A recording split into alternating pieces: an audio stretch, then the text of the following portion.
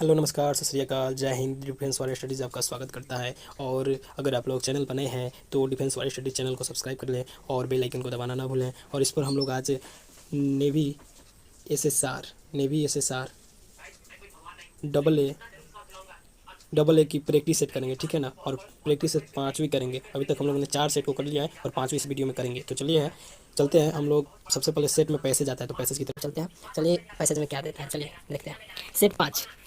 Throughout history, mankind has celebrated the bountiful harvest with thanksgiving ceremonies. Ancients used to collect the fruits, berries, and wild grass, and sometimes the seeds, the edible roots. By accident, they found the seeds and roots germinating, and this turned into deliberate practice. Then they recognized that fresh supplies could be grown by sowing the seeds and cultivating the resultant crops. The transition from hunting to hoarding and food gathering to agriculture was a gradual process. तो चलिए इसको हिंदी में हम लोग समझते हैं, इसका अर्थ क्या है, ठीक है।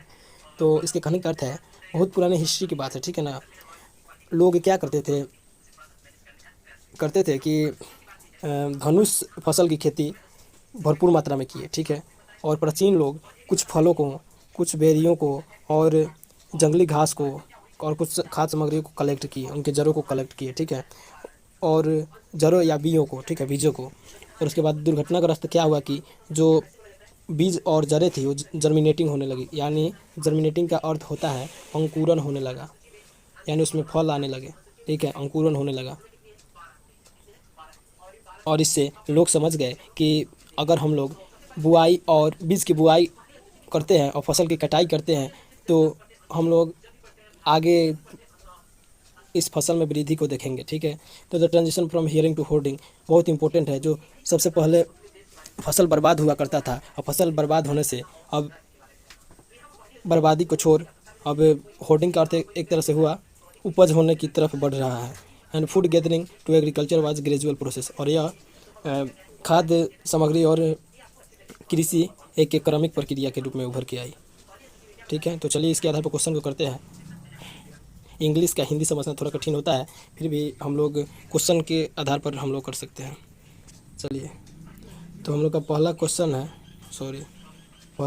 है ancient did not use to collect. Ancient जो प्राचीन थे वो क्या कलेक्ट नहीं कर पाए, ठीक है। तो berries, edible roots, wild grass कर पाए थे, लेकिन मेटल्स यानी धातु नहीं कर पाए थे। तो इसका ऑप्शन नंबर 4 आंसर होगा, ठीक है। चलिए आगे बढ़ते हैं हम लोग।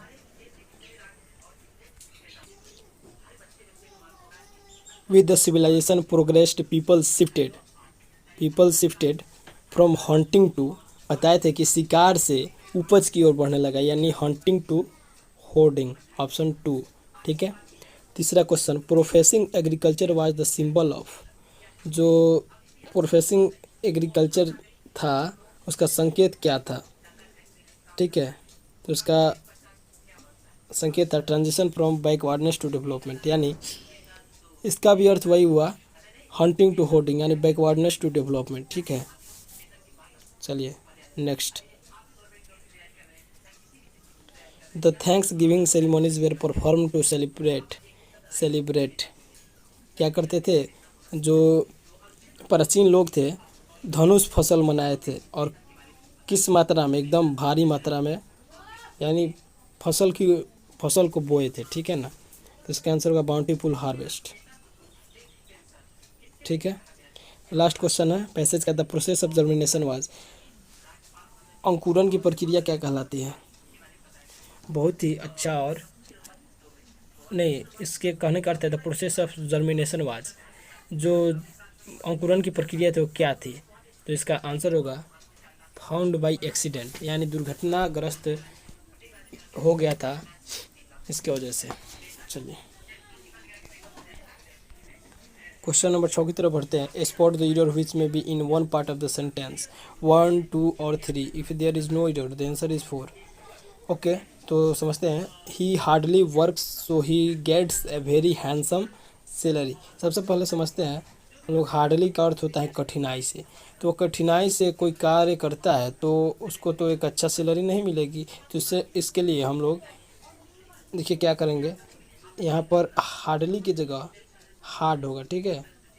सॉरी, हार्डली नहीं होगा, he works hard so he gets a very handsome salary, ठीक है। तो तो इसका गलती किस में है? ऑप्शन नंबर 1 में। ठीक है। All students of the class fought each other over the sensitive issue. यानी क्लास के सभी बच्चे एक दूसरे से झगड़ा करने लगे। तो 2 या 2 से अधिक बच्चों के लिए यहाँ पर वन अनदर होता है, न कि ईच अदर। ठीक है, वन अनदर, 2 या 2 से अधिक के लिए वन अनदर। तो इसलिए इसमें देखिए गलती क्या है, ऑप्शन नंबर 2। इसमें था ऑप्शन नंबर 1। ठीक, चलते हैं वोकैब की तरफ। चलिए,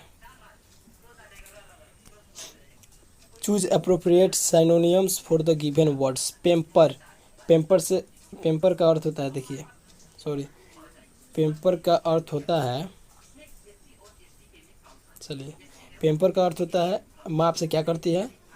लार प्यार। ठीक है, इसका साइनोनियम्स मीन्स पर्यायवाची शब्द ढूंढना है। ठीक है, इसका जाहिर सी बात है इंडल्ज होता है, घुल मिल कर रहना, बहुत पूर्ण रूप से, टू मच।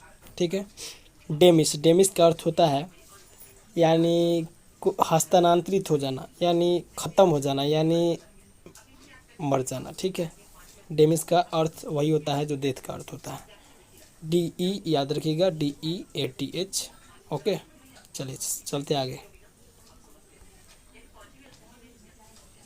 ऑप्टिमिस्ट का अर्थ होता है उदारवादी। ठीक है ना, उदारवादी। One who looks at brighter side, तो उसका होगा पेसिमिज्म। ठीक है, और मिजर का अर्थ होता है, इसका एंटोनियम से ढूंढना था, इसलिए ऑप्टिमिज्म का पेसिमिज्म। मिजर का अर्थ होता है बहुत ही कम मात्रा में। ठीक है ना, तो बहुत ही अधिक मात्रा में प्लेंटीफुल होता है। एक्स्ट्रा इसका होता है अल्प। क्या होता है? अल्प। इसका मतलब होता है उदारवादी। तो अल्प का होगा बहुत तायत। ठीक है, प्लेंटीफुल। एक्स्ट्रा विगेंट मतलब होता है फिजूल खर्ची। ठीक, चलिए क्वेश्चन आगे है। Change the narration of the following, इनका नरेशन बनाना है। ठीक है, the teacher said to the boy the lion is a fearful animal. तो ये तो हम लोग सब जानते हैं कि जो शेर है वो फियरफुल एनिमल है, किसी से डरता नहीं है। तो ये एक यूनिवर्सल ट्रूथ है, इसलिए इसका आंसर 1 होगा। The teacher told the boy that line is a fearful animal. यहाँ इज चेंज नहीं होगा, because this is a universal truth. Okay, चलिए, गोपाल सैड, बहुत ही आसान क्वेश्चन आता है। यानी एक्टिव वॉइस, पैसिव वॉइस और नरेशन के क्वेश्चन उतना हार्ड नहीं आते, एकदम सिंपल वाला आता है नेवी में। ठीक है, तो Gopal said he is tired, तो चेंज करेंगे, Gopal said that he, third person no change, is change होगा वाज में, और टायर्ड का टायर्ड ही रहेगा। तो ऑप्शन नंबर 2 सही है। चलिए, ऑप्शन नंबर 2 सही है। चलिए आगे नीचे बढ़ते हैं, नीचे की ओर जाए और क्वेश्चन नंबर 14 की तरह। Choose the passive one for the given active one. अब देखिए, Ram will write a letter, इसको पैसिव में चेंज करना है। तो सबसे पहले चेंज करते हैं। देखिए, a letter will be, a letter will be written by Ram, यानी ऑप्शन 2 सही है। ठीक है, the man cut down the tree, तो इसको भी करेंगे द ट्री कहाँ है? The tree was cut down by the man, option number 2 इसका भी सही होगा। चलिए, यहाँ पे एक इडियम्स है, टू कीप पेस विथ, इसका अर्थ होता है मिला जुला कर चलना। ठीक है, तो इसका अर्थ होता है to progress at equal rate with, यानी किसी काम को क्या करना, बराबर दर के साथ करना, यानी एक ही दर के साथ करना। ठीक है ना, ओके। चलिए 17 नंबर क्वेश्चन की ओर। Giving one word for the following. ठीक है, तो देखिए, किसी राजा की हत्या करना उसको बोला जाता है रेजिसिड। ठीक है, रेजिसिड राजा की हत्या। होमिसिड, सॉरी रुकिए, रेजिसिड होता है। होमिसिड का अर्थ होता है मानव की हत्या। किंगसिड पता नहीं है किंगसिड का अर्थ क्या होता है, सोरोरिसिड मतलब बहन की हत्या, ठीक है। होमिसिड मीन्स मानव की हत्या। Masculine of mayor, masculine of mayor यानी इसका जेंडर बताना है। मेयर, मेयर का जेंडर होता है हॉर्स। मेयर में होता है घोड़ी और हॉर्स में होता है घोड़ा। चलिए हम लोग सभी सेट में देखिए कि टू और टू वाला किस तरह से बनता है, सो डैट से बनता है ना, तो इसका रिमूव ऑफ टू कुछ इस तरह से बनेगा, remove to. He is so general that he can not be special, वो इतना सामान्य है कि वह विशेष नहीं है, ठीक है। 20 नंबर और अंतिम, पंचुएट द फॉलोइंग। एक क्वेश्चन स्टॉप देयर यहाँ पे तो होगा नहीं, गलती है। नेक्स्ट ऑप्शन देखते हैं। देखिए stop there, there he said otherwise I will kill you, यहाँ पे कुछ है ही नहीं यहाँ पर, इसलिए भी गलती है। Stop there he said otherwise I will kill you, यहाँ पे फुल स्टॉप है इसलिए तीसरा सही है, ठीक है। और सब तो सही है।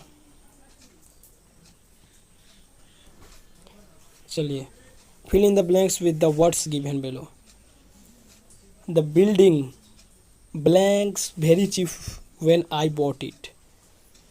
जो बिल्डिंग था, द बिल्डिंग, देखिए इसको इस तरह से समझेंगे, ये वाला यहाँ पे आएगा तो क्या है, वर्ब टू है ना, तो इसमें देखिए वर्ब टू कौन सा है, वर्ब टू या फिर तो पास्ट का ही ना है, इसलिए ऑप्शन नंबर 4 वाज होना होगा यहाँ पर। The building was very cheap when I bought it, जब मैंने उस बिल्डिंग को ख़रीदा था तब क्या था, वो बहुत सस्ता था। ख़रीदा था कब, पास्ट ही में ना, इसलिए। Raman was determined, determined blank do that. Raman was determined blank to that, तो यहाँ पर ऑप्शन नंबर कौन सा होगा ये आप बताइए। देखिए इसका आंसर क्या होगा। डिटरमाइंड के साथ फिक्स्ड प्रीपोजिशन टू लगता है, सॉरी फिक्स्ड प्रीपोजिशन नहीं है, डिटरमाइंड टू डू डैट होगा, ठीक है। Jaipur is to Delhi than Mumbai, यहाँ पे 2 की बात हो रही है, कंपैरेटिव डिग्री आएगा यहाँ पर, इसलिए नियरर होगा, नियरर यहाँ पे आएगा, नियरर, ठीक है। ही cuts would, he cuts would, वह लकड़ी को काटता है, क्या चीज़ की सहायता से, विथ हिज एक्स, अपने कुल्हाड़ी से, ठीक है। ये होगा माई फ्रेंड इज़ कॉलिंग, मेरा दोस्त बुला रहा है, कहाँ से, एट द डोर के पास से, ठीक है। तो यहाँ पे देखिए नियरर है, यहाँ पे 2 है, आप स्क्रीनशॉट ले सकते हैं। चलिए तो चलते हैं, अगर वीडियो अच्छा लगा तो चैनल को सब्सक्राइब ज़रूर कर दें। और हाँ, नेक्स्ट वीडियो में हम लोग बनाने वाले हैं previous year paper, previous year paper, previous year paper का वोकैब, टोटल वोकैब आ जाएगा, और इसमें हम लोग सम्मिलित करेंगे नेवी, एयरफोर्स, दोनों के लिए टोटल वोकैब प्रीवियस ईयर का, ठीक है। तो मिलते हैं नेक्स्ट वीडियो में, तब तक के लिए धन्यवाद और जय हिंद।